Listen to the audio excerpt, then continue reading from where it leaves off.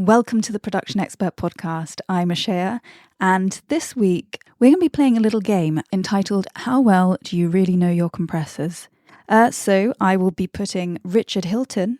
Richard is a musician and producer well known for his work with Nile Rodgers and Chic, and Steve DeMott, producer, engineer, songwriter and musician who's worked with the Grammy-nominated Tribe Collective, to the test. I suggest you play along too. There might be something you can gain from it. Let us know what your score was at the end. And also, it doesn't count if you cheat and Google it. So don't do that. This podcast is sponsored by Genelec. If you've ever been disappointed with the way your mixes sound on other playback systems, then check out Genelec's Unio monitoring ecosystem. By providing a seamless bridge between loudspeaker and headphone monitoring, Unio allows you to quickly create great sounding mixes that translate consistently wherever you choose to work.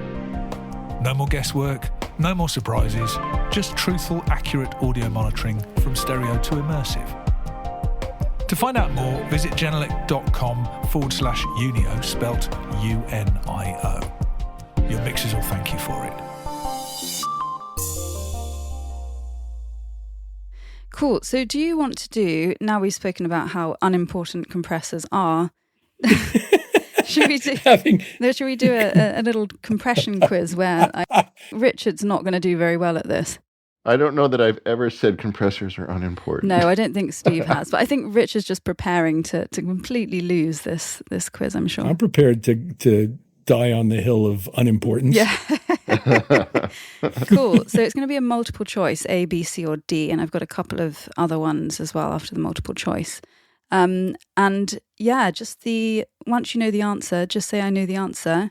I'll ask both of you what you think, but try not to copy each other if possible, although I know you probably will. Steve, you go first. Yeah. So question 1. The Western Electric 1110 limiting amplifier was one of the first ever devices invented for controlling dynamic range in recorded sound. In which year was it introduced? Was it A, 1943, B, 1947, C, 1937, or D, 1933?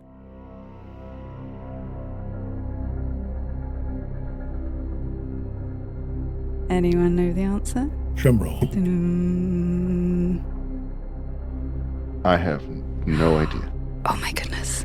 I'd be willing to guess. I Just could have a guess, guess. but Go on, have a guess. I'm going for 47. You're going for 47B. Okay. What are you going for? 1947, yes. Yes. I will say A, 43. Okay. Well, you're both wrong. It was C, 1937. Wow. Yeah. That's earlier than I thought. Yeah. That was first introduced to control dynamics in early radio. Amazing. Yeah. That's crazy. How clever of them. 1937, imagine. 37. Yeah. So question 2, you ready? Ready? Cool. So Universal Audio 175B and 176, released in the late 1950s, were early compressors designed for studio use by which designer? Was it A, Bill Putnam Jr., B, Bill Putnam Sr., C, Bill Pullman, or D, Bill Clinton?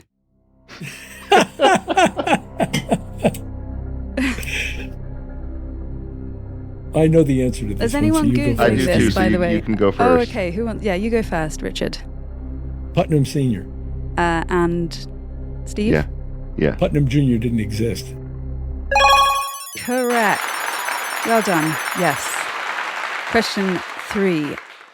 Legendary engineer Geoff Emerick took a very bold and later influential approach when he applied heavy compression to Ringo Starr's drums and Paul McCartney's bass during recording of which Beatles album? A, A Hard Day's Night, B, Help, which is what Steve's currently thinking, C, Revolver, or D, Sgt. Pepper's Lonely Hearts Club Band? And that's the legendary engineer Geoff Emerick applied heavy compression to this album. Let's see. If I could just think of what was awful. Which albums? I know it's not the early one. I'm going with D. D? Okay, what are you going for, Richard? Probably Hard Day's Night. Okay, drum roll. It was actually C, Revolver. Ah, well, Yeah. yeah. Okay. Not sure that's not Fair enough. as well known an album, I don't think. Oh, what a great album. But a great album nonetheless. What a great album that was. That's when they started really becoming a studio band, when they weren't just sort of setting up and playing. They really started producing. That What year was that? Oh, yes, I was going to say it, but bonus Revolver question. would have been about 65. Almost, you're a year out. 66. Okay. Yeah. Well, that was then close. that's right, because they were doing more than one a year, because Rubber Soul also came out before Sgt. Pepper, and by the end of 66, they were working on songs for Sgt. Pepper. Yes, Sgt. Pepper was 1967. I've got it written down here. Yeah, it released in 67, but by the last few months of 66, they were working on Strawberry Fields and Penny Lane, neither of which ended up on the album. Mm-hmm. And then they did Sgt. Pepper. Great. Yeah, so you do know your stuff. And did you know that the song Sgt. Pepper's Lonely Hearts Club Band appears twice on the album? I didn't know that. Once at the very top and once as a sort of a reprise transition into the song A Day in the Life. So there we go. And when they made the album, the first thing they recorded was the one that starts the album.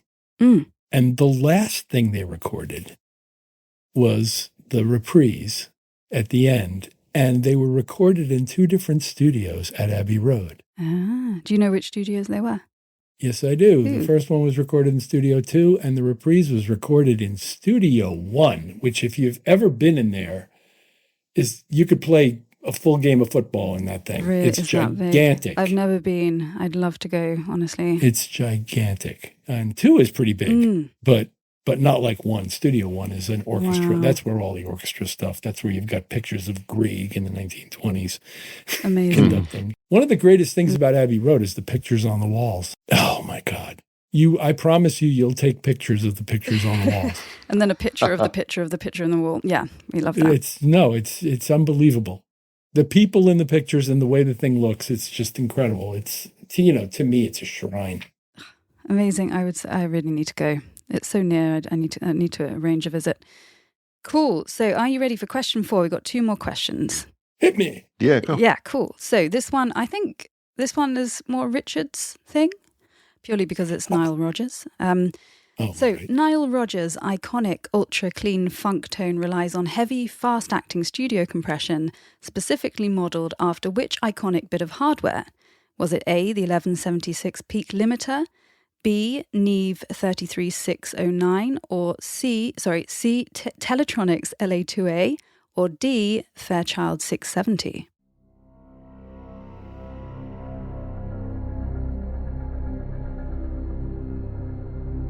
Well, you know this, I'm sure, don't you? No, because I'm not that, not exactly sure. None of those are what I think is most likely what Bob used. But I'm interested to see you can blame what the world thinks about that. I don't know which one of those 4. Well, I do know it's not an LA2. Yeah, not for fast. On a guitar. Okay. There's no way. Okay, good. So we've eliminated that one. I've eliminated that. And what was the last one you had on the list? D, Fairchild 670. I guess it's possible. It's also a little rubbery for that sort of thing. What were the first 2? So we've got A, the 1176 peak limiter, or B, Neve 33609. I'd say the Neve. Okay. What are you going to say? I was going to say the 1176. Okay. You're both right. Because it was the 2 answers are both correct, because it was actually modelled on both of those sounds. So, yay. Do you have any idea how many times I've recorded Nile Rodgers playing guitar? I don't know. And I've never used any of those. This could be total rubbish as well, Don't blame me, but blame it's Google. okay. No, it's possible. funny. I've met Clear Mountain, and I've asked him what he did on some things, and he kind of just points to a channel on the console in his room and goes, "I used that." Yeah. So he could have been pointing to anything, really. No, he pointed. I said, "Where did you record Bernard's bass?" And he pointed to the fader he used. Brilliant. And the limiter, it was a Neve desk limiter that he used. Bob is a real LA3 guy, and they recently blew out their digital LA3. And even though the last thing I need in my life is one more compressor, I went ahead and bought it. And from what I've heard, he prefers a 1178 to a 76. Yes. I've heard him say that too. Yeah. Well, there we go. So I have 2 more questions. And these questions are, what am I? So I'm basically going to be a compressor or limiter, and you have to guess what I am. I'm just going to describe myself and then just chime in whenever you feel cool. So question 1, I'm an iconic vacuum tube-based audio compressor limiter designed by Rain Nama and Les Paul from the 1950s. I'm renowned as the holy grail of dynamics processing because of my warmth, depth, and glue that I add to audio. I'm famous for my work on classic recordings by the Beatles, Pink Floyd, and many more. What am I? So a specific type of compressor or limiter. Fairchild. Yes, correct. Was you going to say that as well, Steve? Yeah. Fairchild. Do you know Fairchild was like 5 miles from where I was born? Oh, really? Yeah, it was in Farmingdale, New York, on what is now an airfield. And yeah. Nice. So you're in a good location. Oddly enough, not anymore, but I'm in a better location now. Yeah. But no, that's where I grew up, is near where Fairchild was developed. But anyway, because it's an aircraft company, I think, Fairchild. Oh, really? I didn't know that. If I'm not mistaken. Or they had a division. Very cool. Anyway. Cool. So last question then. So this is last question of what am I? Okay, so I'm renowned for my beautiful interface and optimized workflow. I both look and sound great, and you can take me anywhere. I now offer 14 different program-dependent compression styles and various character modes to introduce smooth saturation, vintage color, and analog drift. But there's more. I now offer fully immersive Dolby Atmos functionality and up to 32 times oversampling, unique auto-threshold, intelligent auto-gain, auto-release, a variable knee and hold, smooth look-ahead, external sidechain, and host tempo sync triggering, variable stereo linking, and mid-side processing, all packed into a beautifully designed user interface. What am I? I do know this one, yeah. Yeah? Go ahead, Steve. That's the review I just wrote. That's the Pro C3. Yes. Pro C3 is a fab filter product? Yes. Yeah, that's the new fab filter. It's actually, quite impressive. Especially on vocals, I found it really, really, really impressive. How so? You could really hit it without it feeling compressed, and it really kind of put the vocals center stage. Nice. You get that a lot with fab filter products. They're quite transparent. Yeah. Which is great. Yeah. And I loved it on bass, too. I thought it was really good on bass. Because I'm picky on bass compressors. I know a lot of people love the DBX, but I never got along with that one. So this was really nice. I always preferred the Compex on a bass, actually. Nice. Richard, have you tried the fab filter products? I have not. You have not? I have not. I have none of their products, but every time I encounter them, I'm very impressed. Well, that's all we have time for, but we'll be back next week with the rest of the chat. But for now, have a great one.